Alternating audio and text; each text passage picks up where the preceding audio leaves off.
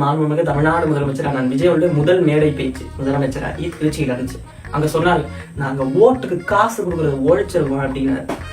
வீரவசனம் யாரா இருந்தாலும் பேசலாம், ஆனா யார் செஞ்சான்னு பார்க்கணும்ல. ஓட்டுக்கு காசு கொடுக்கறது ஒழிச்சிருக்கோம்னு சொன்னாரு அண்ணன் விஜய். வெக்கமா இல்லையா? மரியாதையோட கேட்கிறேன் தமிழ்நாட்டு முதலமைச்சர், ஓட்டுக்கு காசு கொடுக்கறது ஒழிச்சிருக்கோம்.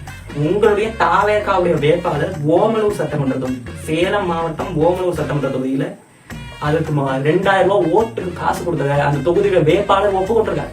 காணொலி வடிவில் இருக்கு, போயிட்டு பாருங்க. இதுக்கு என்ன சொல்ல போறீங்க?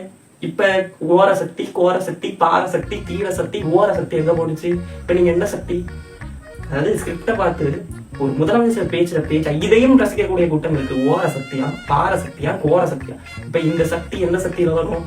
எனக்கு புரியலையா?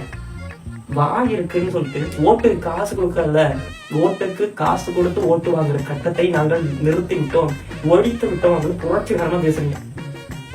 அப்பெல்லாம் வந்து நீங்க நிறுத்தலையே.